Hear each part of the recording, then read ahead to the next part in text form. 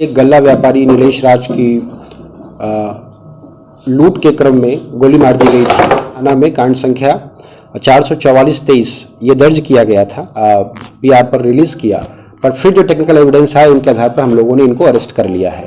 घटना के जो वीडियो फुटेज हमारे पास थे, जो परिस्थितिजन्य साक्ष्य हमारे पास थे, उसके आलोक में जो बात सामने आई है कि विशाल पांडे ने अपने दो साथियों के साथ इस घटना को, पर इन्होंने बताया कि ये शराब और स्मैक आदि कहाँ से खरीदते थे। उन जगहों पर छापामारी की गई। लगभग 46 पुड़िया स्मैक और 25 पेटी विदेशी शराब भी बरामद की गई है। ये जो बरामदगी हुई है इसके लिए पृथक से हम लोग कांड दर्ज कर रहे हैं और उसके आधार पर अग्रिम कार्रवाई करें।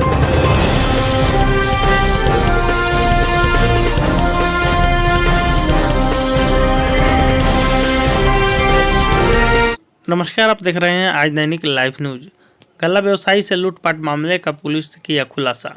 मुजफ्फरपुर जिले कहियापुर थाना क्षेत्र के पटियासा चौक के समीप बीते 19 अप्रैल को देर शाम गल्ला व्यवसायी नीलेश राज की दुकान में लूटपाट के क्रम में अपराधियों ने 2 गोली मारी थी।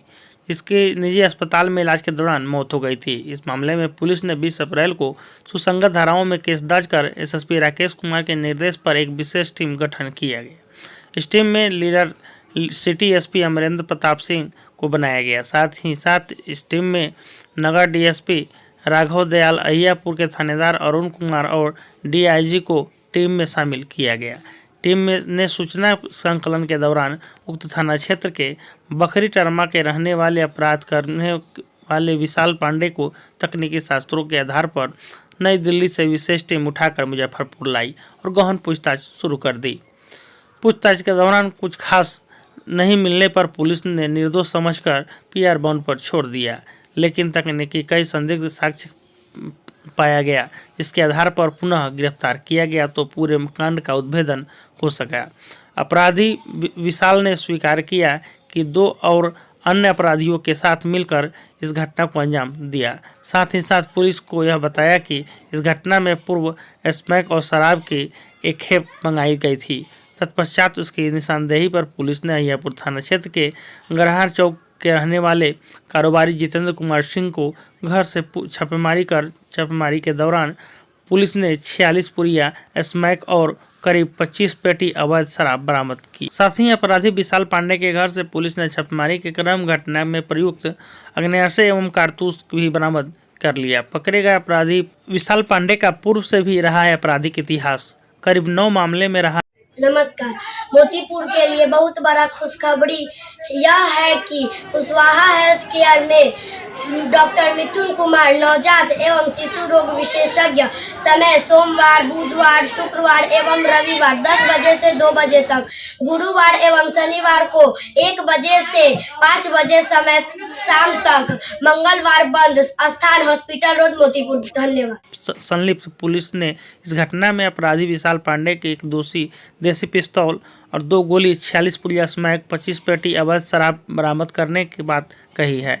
वहीं घटना में शामिल अन्य अपराधी कर्मियों को भी जल्द पकड़ लेने की दावा की है। साथ ही पुलिस ने अलग से अवैध हथियार, स्मैक और शराब के संदर्भ में केस दर्ज करेगी।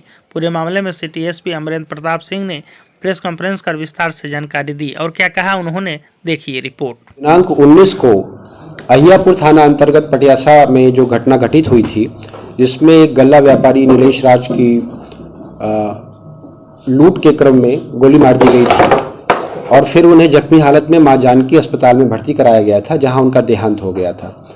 इस घटना के क्रम में अहियापुर थाना में कांड संख्या 444-23 ये दर्ज किया गया था और तब से लेकर डीएसपी टाउन के नेतृत्व में, अहियापुर थानाध्यक्ष भी यहाँ पर हैं, इनके नेतृत्व में तब से इस टीम ने साक्ष्य संकलन और तकनीकी अनुसंधान का कार्य प्रारंभ किया और इसके आधार पर पूर्व के जो अपराधकर्मी इस प्रकार की घटनाओं में संलिप्त रहे हैं, ऐसे लोगों पर हम लोगों ने जो टेक्निकल एविडेंस थे उसके आधार पर जीरो इन किया और कुछ ऐसे अपराधकर्मियों की पहचान की गई।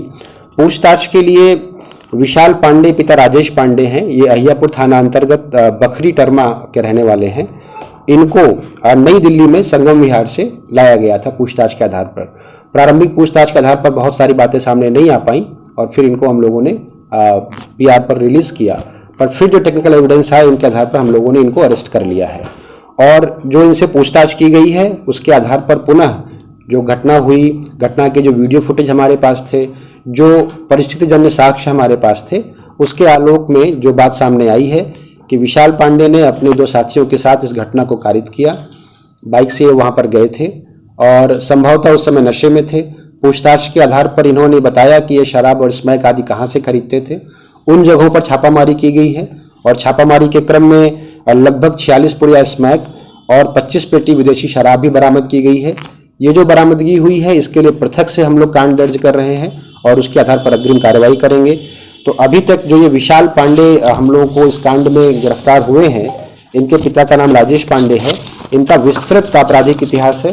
2018, 19 और 21 के कुल मिलाकर 9 कांड हैं।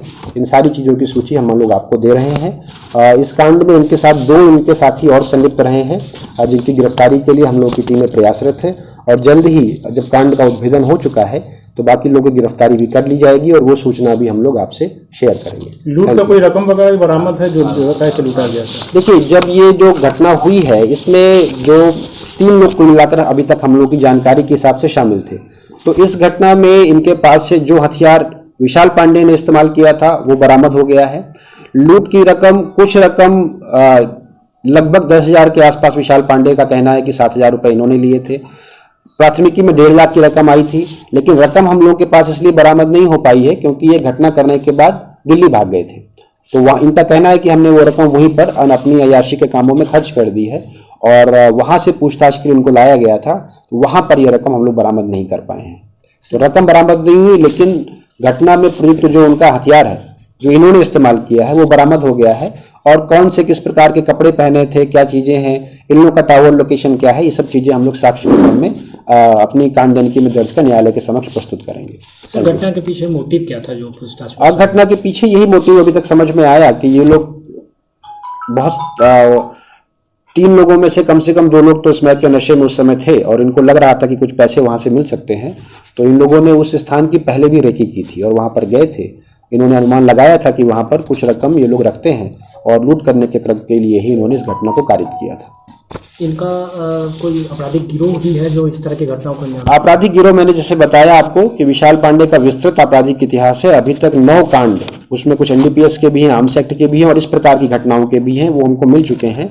और ये तीनों अपराधी जो अभी तक बात सामने आ रही है कि जेल में आपस में मिले थे और वहीं पर इन लोगों की दोस्ती हुई थी और उसके बाद जब बाहर आया तो फिर इन लोगों ने घटना की योजना बनाई है। और दोनों जो सहयोगी उनका क्या नाम आया है? नहीं, उनका नाम हम लोगों की जानकारी में है, लेकिन चूंकि अभी हम लोगों की गिरफ्तारी शेष है इसलिए उनका नाम हम लोग मीडिया से शेयर नहीं कर रहे हैं।